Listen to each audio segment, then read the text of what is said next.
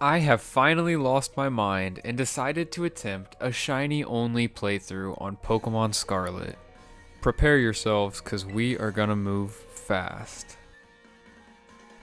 It all started with us making this sexy beast of a character and heading over to Poco Path to search for our first team member. I was originally hoping for a fletchling for the fire flying typing, but was pretty much willing to settle for anything this early.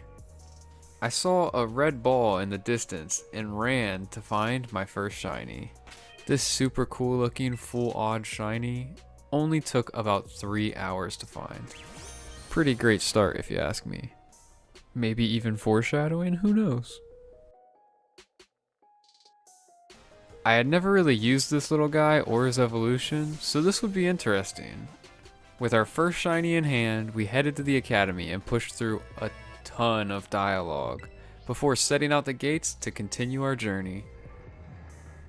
Maybe now we'll go hunt a fletchling.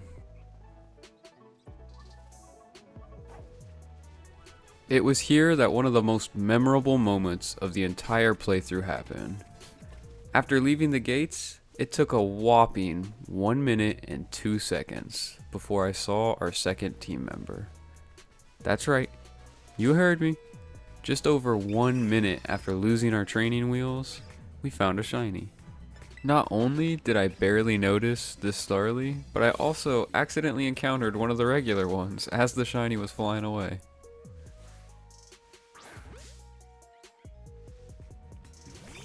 Now, Starly and its line may not be as exciting to look at as my little ball of yarn here, but I did say I wanted a flying type, so the first 2 gyms should be a cakewalk now. Speaking of gyms, let's go take on our first one. After a quick soccer obstacle course, we face Katie and her bug-type Pokemon, which, as I mentioned, would be easily defeated by Starly and Wing Attack. Look at this off-brand spider. With the defeat of her ace, Teddiursa, Starly had gained enough XP to evolve. So everyone welcome Staravia to the team. This was shortly followed by our OG shiny evolving into a rather stylish Spidops. On to our first Titan. Now I wasn't sure how I felt about Titan Pokemon at first, but overall, I think they were a cool addition that allowed traversing the map to get easier with each defeat. Although they're not nearly cool enough to beat my new Secret Agent Spider, even after an Herba Mystica snack. It's here that you're introduced to why Arven is so invested in the Titans, and you stop hating on his bad haircut so much. Now, on to the grass gym. After a quick game of hide and go seek the Sunflora, we are put face to face with this part-time artist and full-time weirdo. This was probably the easiest of the gym leaders, as my bug and flying types are super effective here.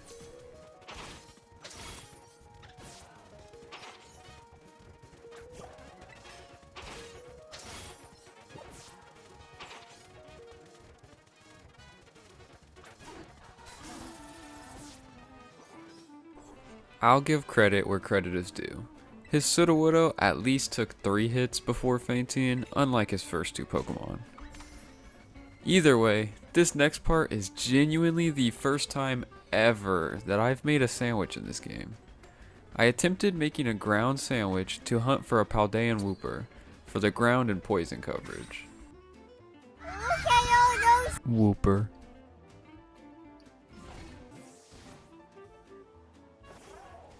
All I'll say about hunting in this outbreak is that things didn't go exactly as planned.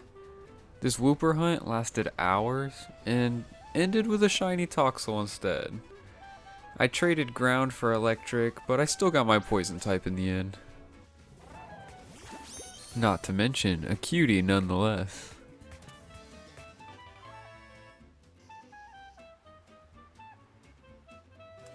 At this point, I was tired of my ride having this tiny jump, so I headed to the next Titan.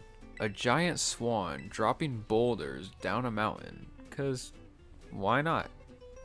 This Titan was no pushover though. With my electric type being a literal baby Pokemon, Toxel was pretty much useless. That left my bug, who was super weak to flying, and my bird. This fight didn't go as smooth as the last few, but we ended up on top either way. You know what always makes me feel good after defeating a Titan? Another shiny hunt.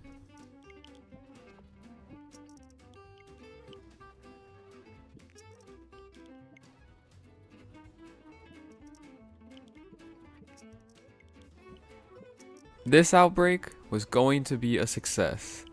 I was determined. Even if I had to stay here all day, I needed a water type.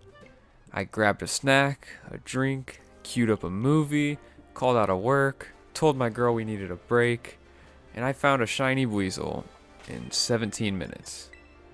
That's 17 minutes from the moment I found the outbreak to encountering the shiny.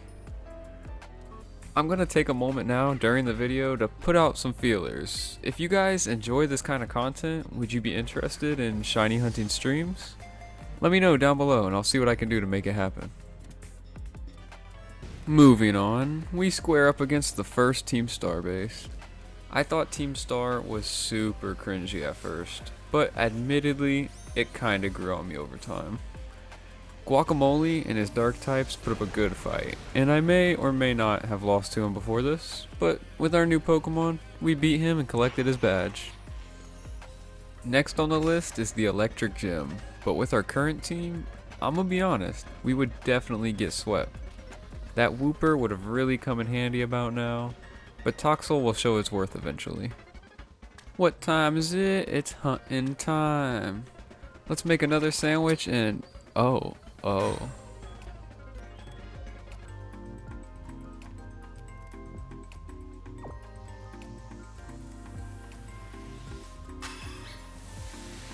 Why is it spicy? Let's just forget that happened. For a ground type, I decided Gibble would be a great addition, so we found a non-ground type instead. I've had the weirdest luck with these random encounters.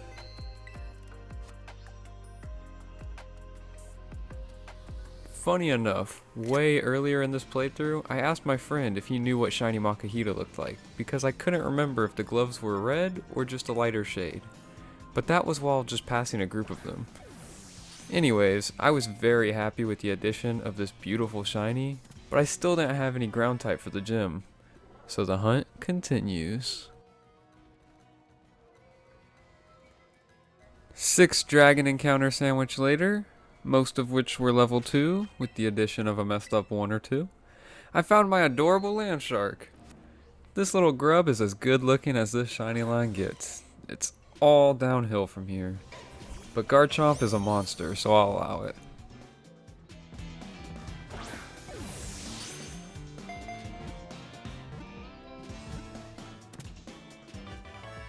With my whole team secured, I set out to the 3rd gym, and my Makahita evolved into this purple palmed beauty.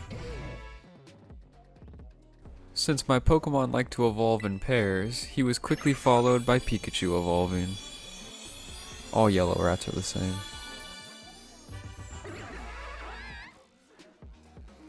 Before meeting the gym leader, Pneumonia decided she wanted smoke. I hadn't shown any previous battles with her because, let's be honest, they aren't very interesting nor important. But this one is semi-relevant, so here it is.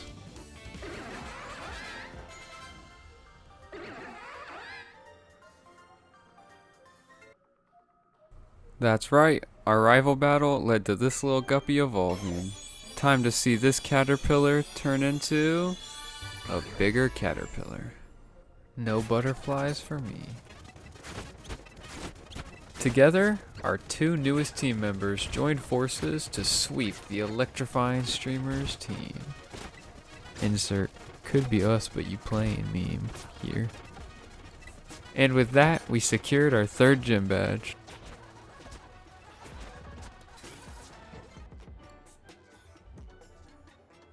Let's pay Team Star a visit. Taking out 30 Pokemon in a few minutes is easy when Team Star's second boss specializes in Fire-type Pokemon, and we have a Ground and a Water type. We quickly racked up 30 KOs and challenged Mela herself.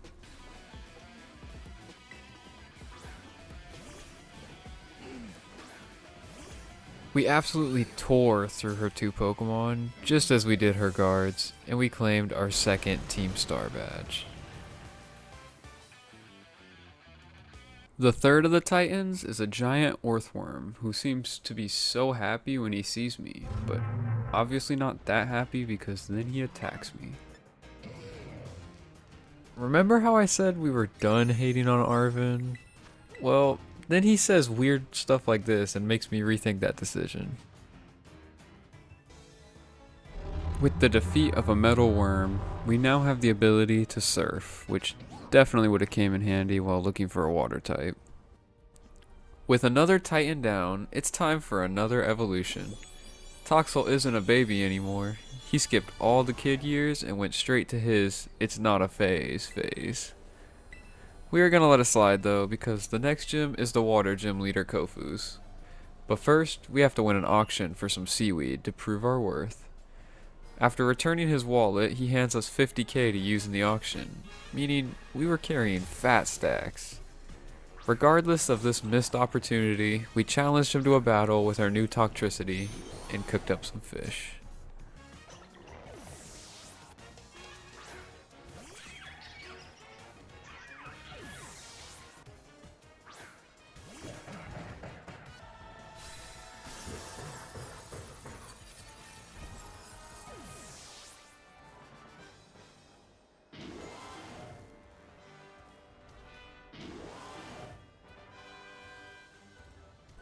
Next up is one of my favorite characters, Atticus, Team Star's third boss. This Romeo and Juliet superfan has drip for days, and I don't mean as poison. Talking in straight Shakespeare, this verbal assassin is so lovable.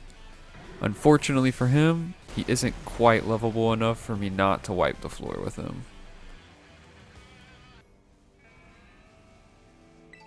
Right after defeating Kofu, I paused the recording and goofed forgetting to turn it back on, but something about these Deerling looked off. Turns out my intuition was right, and I got another shiny Pokemon.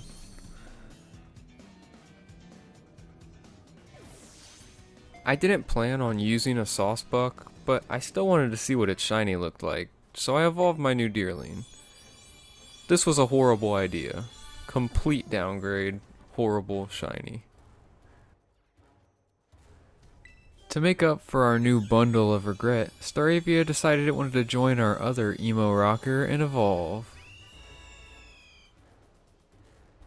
All these new Pokemon made me really work up an appetite, so I stopped by the Medali City gym for a quick meal. Of course, if I want the secret meal, I have to battle trainers to get clues as to what the meal actually is. Upon discovering what makes this special dish, the restaurant transforms into an arena where we get to fight my father, Larry. He's not actually my father, but he just gives those vibes. He specializes in normal type Pokemon, so Hariyama and Staraptor have a field day tearing apart his team in front of all his fans.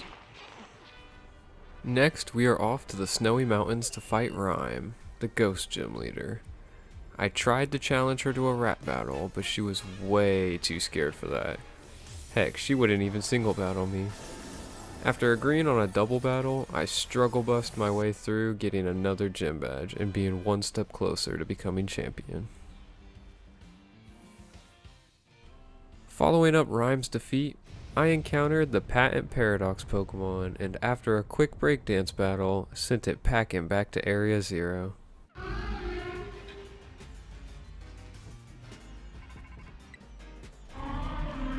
I am glad Donphin finally got some love though.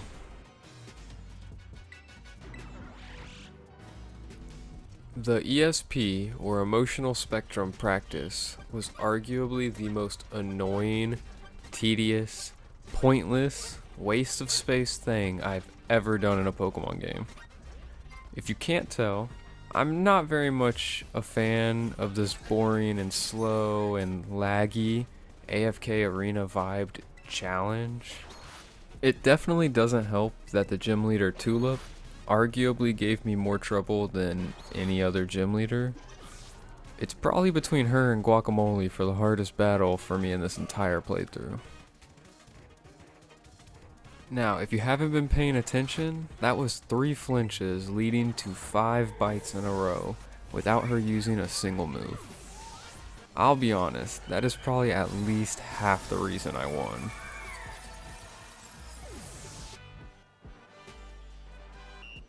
Back to the mountains we go, but this time for the actual ice gym. Before facing the snowboarding phenom, we must prove that we can slide down the mountain on a Pokemon's back. Because that's essentially snowboarding, I guess. My time was 41.03 seconds. Don't remember what my original playthrough time was, but I'm just gonna claim the world record until someone proves me wrong. With another ridiculous gym challenge out of the way, it was time to face the last gym leader. Grusha? I have no idea if I'm saying that right, but if you haven't noticed, I usually don't care about pronouncing names right. After taking out her Ice-type Pokemon, I am officially able to challenge the Elite Four. But we aren't ready for that yet. The top champion will have to wait. Quick side note on possibly the most disappointing area in the game. It's so beautiful here and has some cool Pokemon, but it's nearly unplayable with how poorly optimized it is. Playing in 5 FPS just hurts my head and makes it an unpleasant experience. Something good did come from being here though. After beating a terrestrialized Sylveon, our Gabite is finally ready to evolve. And like I said, his shiny is all downhill from Gibble. Onto the fairy specialist Ortega. This young man breaks my stereotype for pink wearing characters in Pokemon games. Although he's spoiled and whiny, he's so spiffy and the pimp stick is just too good. Lucky for me, his Pokemon weren't what's good about him. Toxtricity speed ran his team with Poison Jab. Time for the Tag Team Titan, a giant Dondozo being ratatouille'd by a Tatsushi. Try saying that 5 times fast. Or don't, I guess, just sit there watching this video fine. A few discharges later, we quickly made them tap out. But instead of a belt, Arvin got his best friend back. Yep, the whole reason he was hunting the Titans to begin with was to heal his injured dog. It was a lovely moment. Okay, now moving on. It's time for our last Team Star battle. This behemoth woman is another great character. She defends her own gate to protect her grunts instead of the other way around. But even with guts like a Machop, she was brought to her knees by Staraptor and company. Look at these health bars at the end though. It's 1 HP versus 1 HP.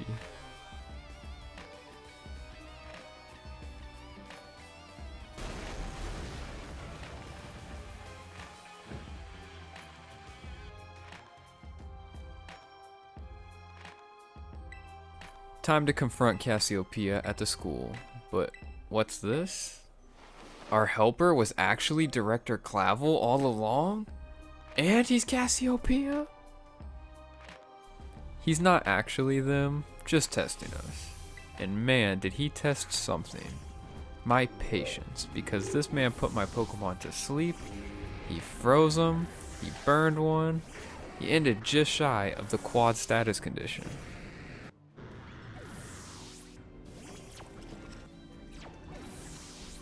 But not even the headmaster can hold a flame to my sparkly team.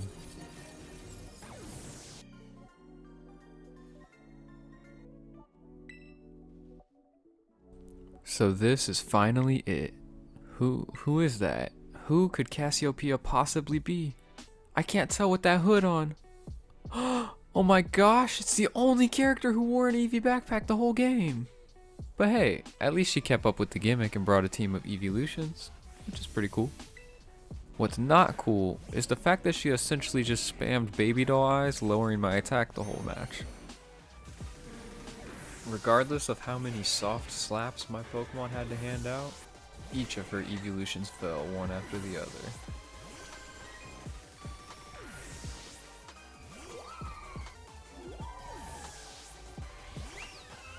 We did end up having this cool Terrestrialize off, which felt like an anime fight, so I figured I'd add it in.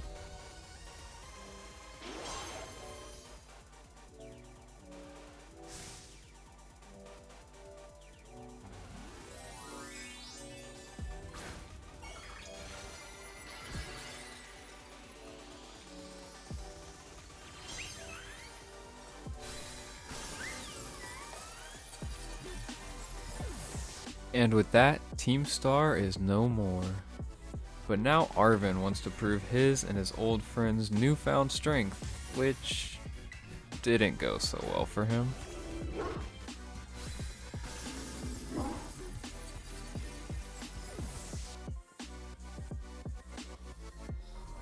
Now, on to the Elite Four.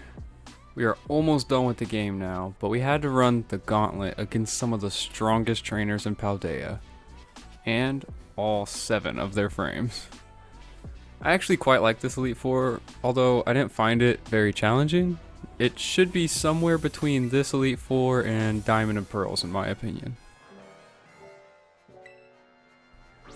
It's time to fight Geeta, the top champion.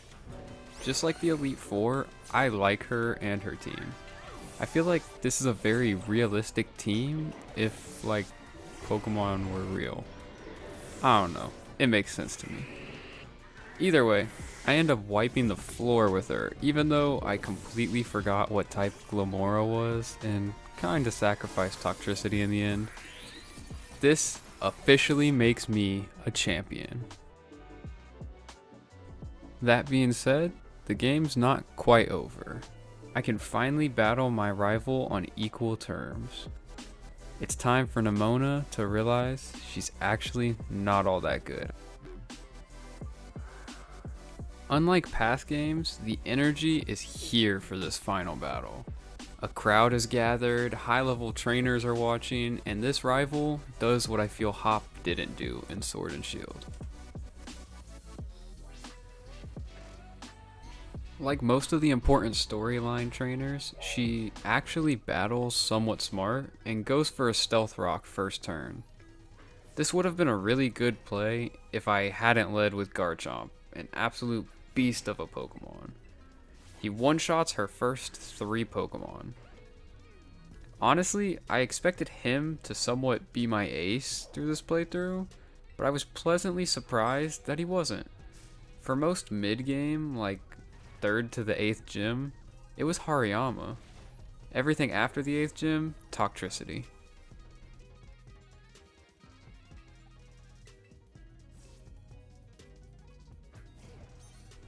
Speaking of Hariyama, it was his turn to join the fight. I chose to go for a bulk up, correctly assuming I could easily take a hit from the Dunsparce, and followed it up with 2 Force Palms.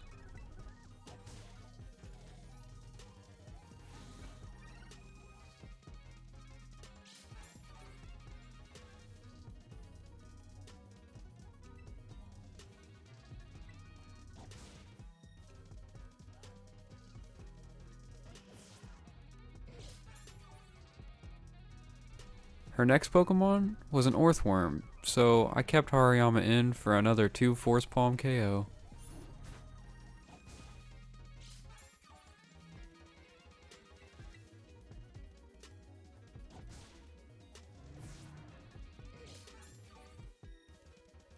At this point, she was already down to her last Pokemon, but I had made the mistake of underestimating her Skeledirge before.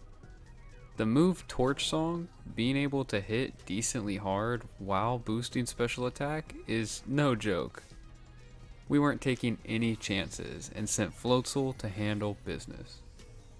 2 Aqua Tails later, and Nemona's full power seemed very lackluster.